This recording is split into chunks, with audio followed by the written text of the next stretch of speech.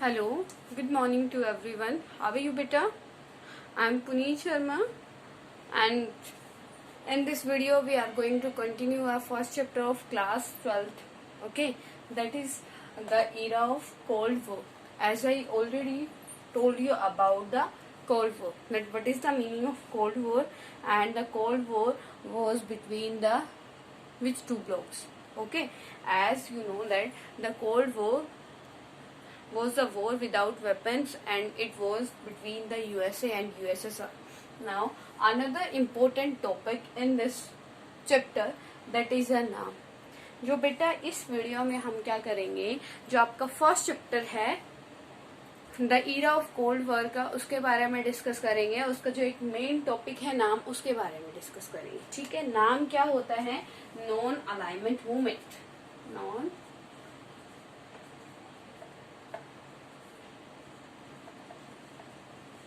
non-alignment movement. Beta, you have to know the definition of the noun. Okay, first of all I want to tell you the meaning of alignment. Alignment क्या होता है बेटा? Alignment means join.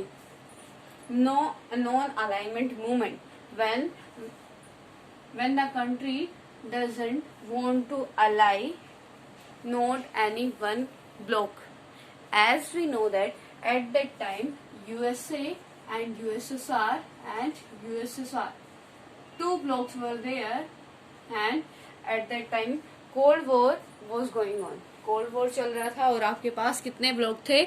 2 block थे. और तो नाम एक option आया ऐसा इन 1960. After the 1960 some countries give the third option to the complete world.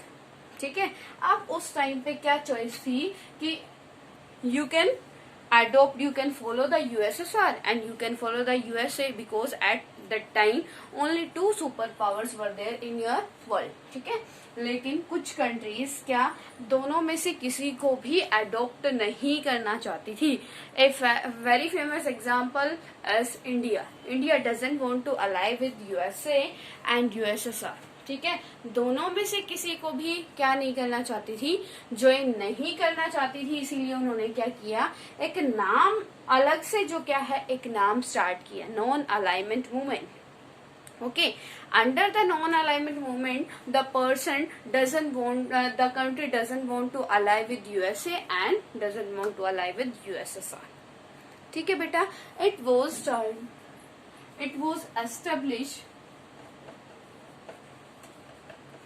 establishment of the NAM when beta in 1961 in Belgrade. In Belgrade beta. ठीक है, Belgrade, where is in Belgrade? The Belgrade is in Yugoslavia. Got it? जो Belgium बेटा कहाँ है आपका? जो Belgium आपका Yugoslavia में है.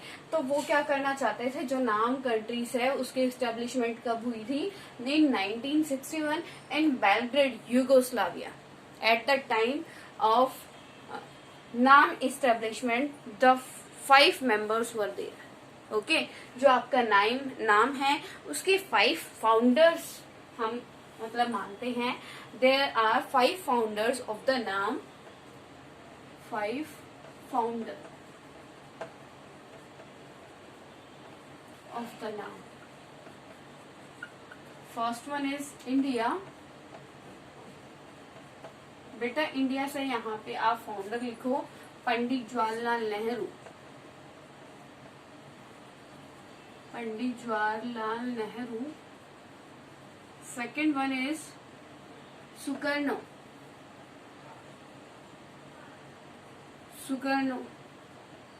Third one is Tito. Fourth one is beta Kwame Nkrumah. Fifth one is Abdul Nasir.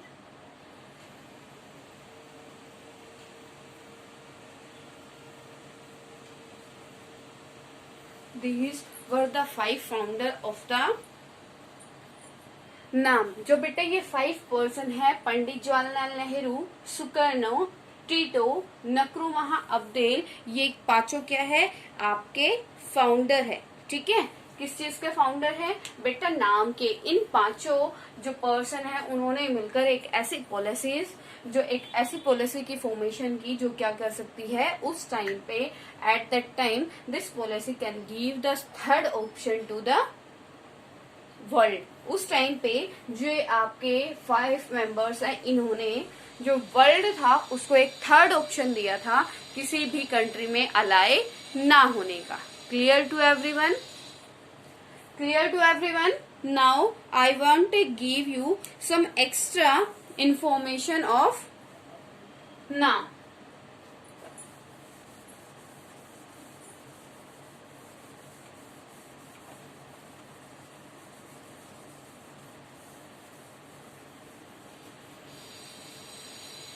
Where the headquarter of नाम, where बेटा, in Jakarta, which is in Indonesia। Jakarta is in Indonesia. जो आपका नाम है उसका headquarter कहाँ है, Jakarta में है, और वो जकार्ता कहाँ पे है, वो है बेटा आपका इंडोनेशिया में। Next one is at present who is the head of the NAM, anybody knows? Mikhail Campbell.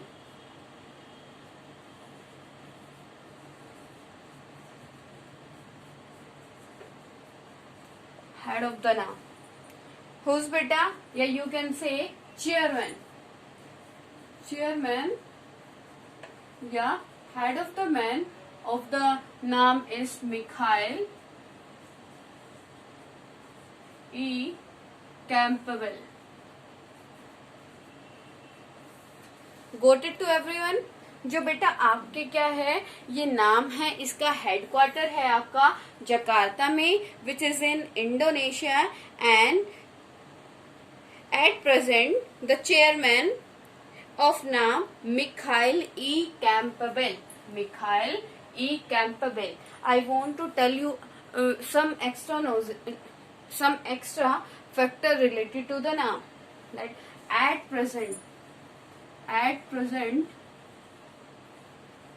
120 countries, how many बेटा, 120 countries are the member of नाम। जो आज है बेटा at present how many countries are the member of नाम, 120 countries are the member of नाम। Got it? And at the time, at the beginning,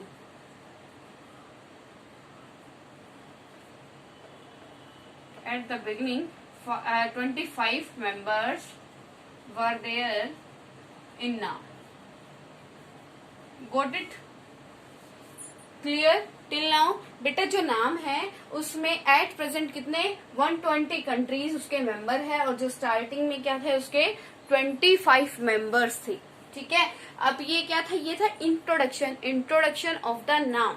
and now I want to tell you about the objectives of the NAM, that what objectives are of the NAM and why the people, why the countries are continuously adopting the noun। ठीक है, and in the last of this video we will study about the relevance of the noun, that at present noun is relevant or not। clear to everyone beta? Objectives of the noun।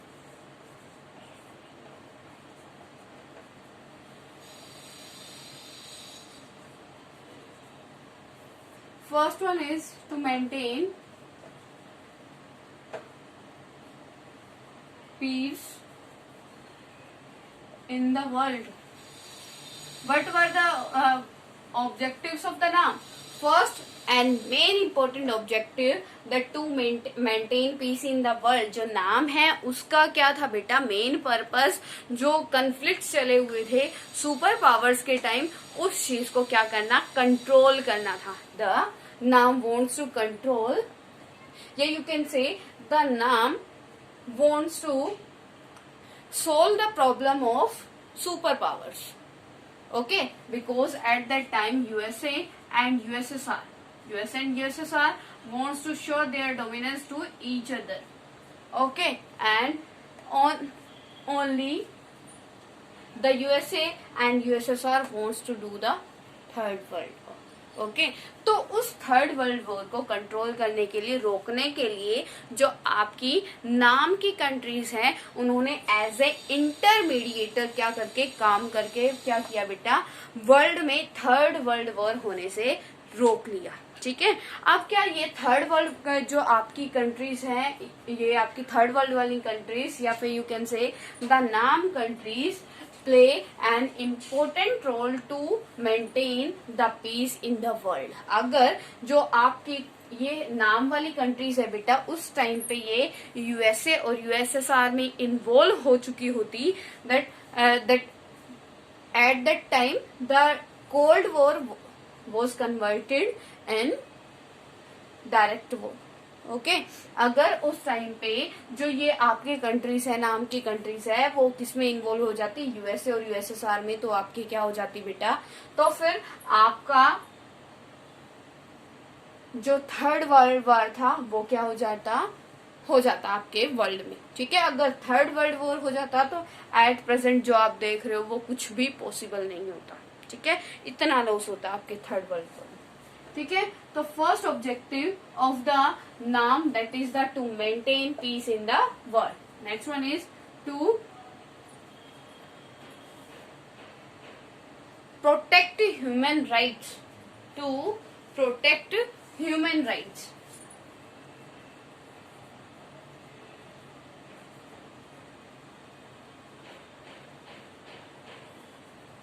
To protect human rights. अब बेटा क्या है, जो आपकी ये जो नाम वाली कंट्रीज है वो क्या करनी चाहती थी, वो ह्यूमन राइट को प्रोटेक्ट करना चाहती थी. हाउ, बिकॉज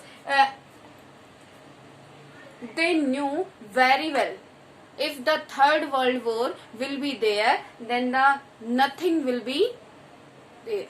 अगर थर्ड वर्ल्ड वॉर होगा, if the third world the USA and the USSR will start the war, then in the world face many problems. जो वर्ल्ड है वो बहुत सारी प्रॉब्लम क्या करेगा, फेस करेगा, क्योंकि इतना लॉसेस होगा कि हम कंट्रोल नहीं कर सकते. To promote human rights. Human right को कैसे प्रमोट करता है बेटा, the non alignment movement members. The non alignment movements member protect the human rights. क्यों, क्योंकि उनका जो एजेंडा है बेटा, मैनिफेस्टो है, उसमें वो क्या करते हैं, उनका एक क्या है, बेस है, प्रिंसिपल है, वो क्या है बेटा, that they will not interfere in any other country sovereignty. ठीक है, they will not interfere any other domestic function of a country. वो किसी भी कंट्री के डोमेस्टिक फंक्शन में इंटरफेयर नहीं करेंगे, डोमेस्टिक वर्क में इंटरफेयर नहीं करेंगे, किसी की सोवर्जिनिटी को क्या ब्रेक नहीं करेंगे, और they will respect to each other. वो एक दूसरे को रिस्पेक्ट करेंगे. Okay, and NAM is based on the equality, freedom, fraternity, got it बेटा, एंड सोवर्जिनिटी. क्लियर, जो नाम है वो बेस्ड, उसके प्रिंसिपल क्या है, freedom, equality, fraternity. Clear to everyone. अब ये क्या है बेटा, to protect human right. Human right कैसे है, जैसे जो नाम क्या करता है, द नाम is against in the discrimination.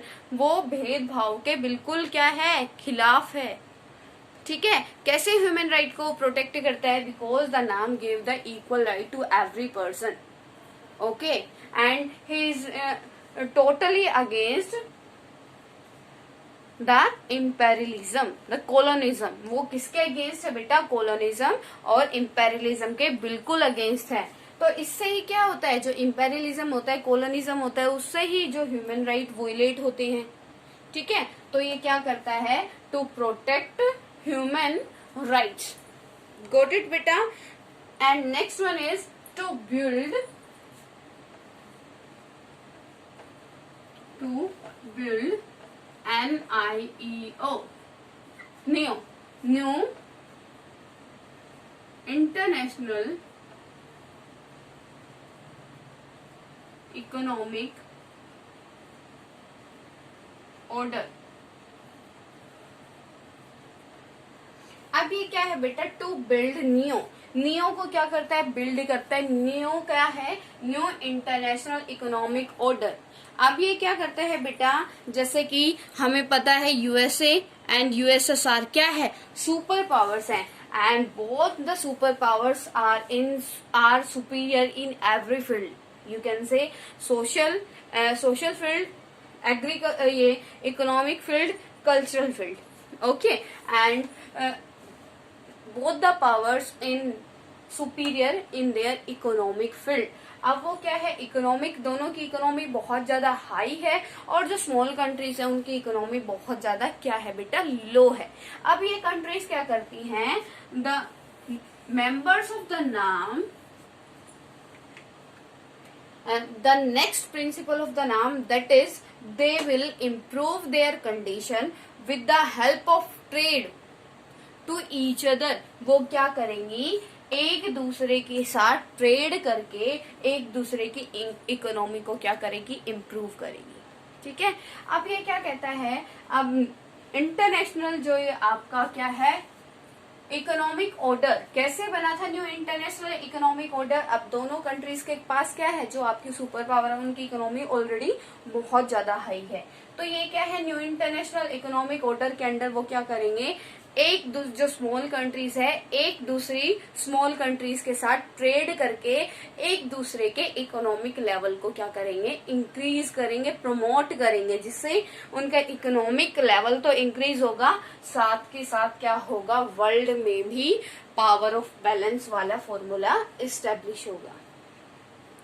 ठीक है बेटा, पावर ऑफ बैलेंस का प्रिंसिपल क्या होता है, the power of balancing principle says that if two super powers, if one super power is there, okay, if one superpower is there, then the other small countries will come together and face the superpower and compete to the superpower।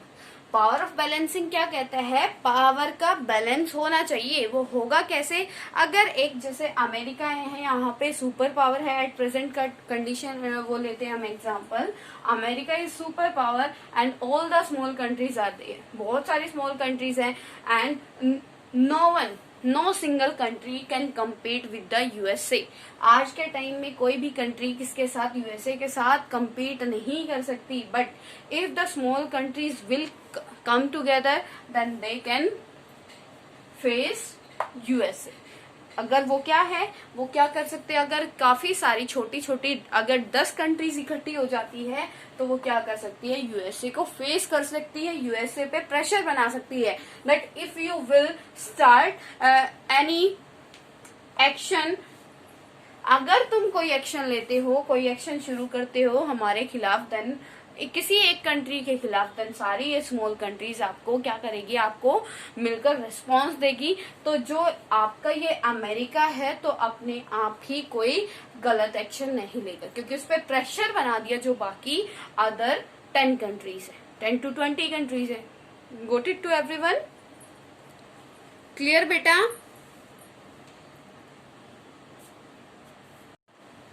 Beta, your next objective is to preserve the culture and structure।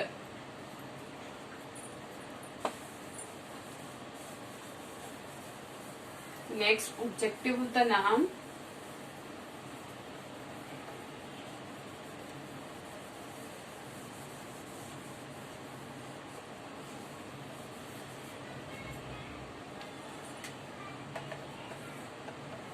to preserve the culture and structure of a country।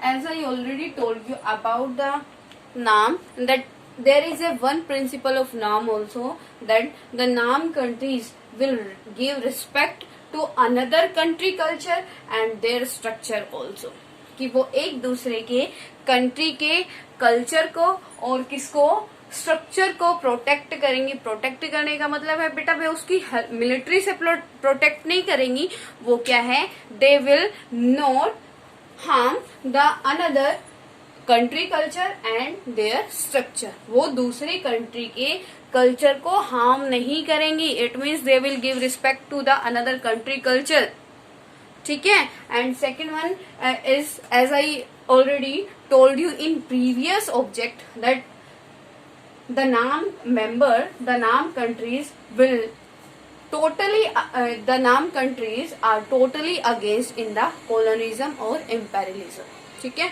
वो क्या है, totally किसके against है, साम्राज्यवाद के, ठीक है, against है। स्ट्रक्चर, वो एक दूसरी कंट्री का क्या स्ट्रक्चर, जो उनका स्ट्रक्चर है उसमें भी कोई क्या नहीं करेंगी, चेंजेस करने के लिए कोई स्टेप नहीं उठाएंगी, ठीक है। At present you can see, जो आपका चाइना है वो इसको क्या कर रहा है, वोलेट कर रहा है, ठीक है। जो इंडिया की जो एरिया है उसको अपने एरिया में इन्वॉल्व करने की कोशिश कर रहे हैं, ठीक है। Clear to everyone. Next one is,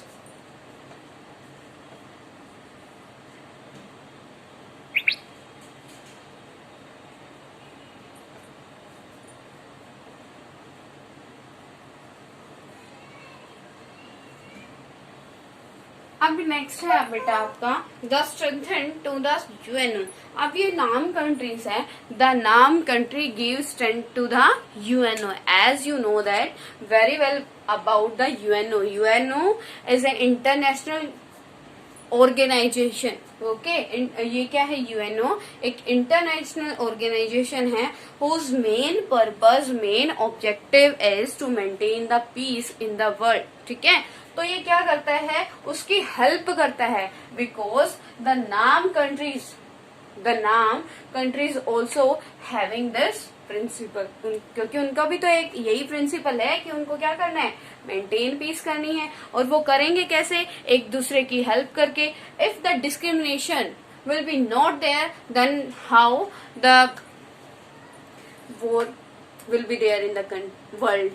अगर क्या है बेटा, अगर डिस्क्रिमिनेट नहीं होगा, भेदभाव नहीं होगा, कोई किसी के इंटरनल मैटर में इंटरफेयर नहीं करेगा, तो वॉर होने के चांसेस ही नहीं होते, ठीक है। क्योंकि हम सारे क्या कर रहे हैं, एक दूसरे का कोऑपरेट कर रहे हैं, we are cooperating to each other, cooperate कर रहे हैं, कल्चर को क्या कर रहे हैं, कल्चर को रिस्पेक्ट दे रहे हैं, एक दूसरे के स्ट्रक्चर को क्या कर रहे हैं, रिस्पेक्ट दे रहे हैं बेटा।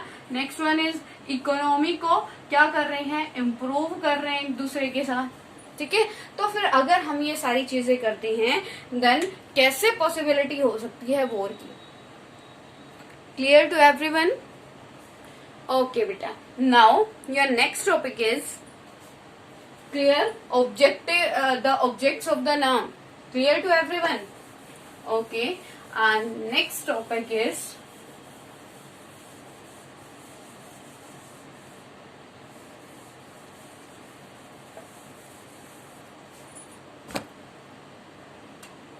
naam relevance.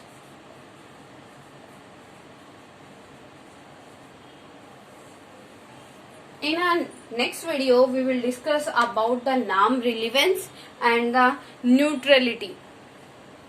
What do you mean by neutrality? In our next video, we will study about both two topics. Okay, beta.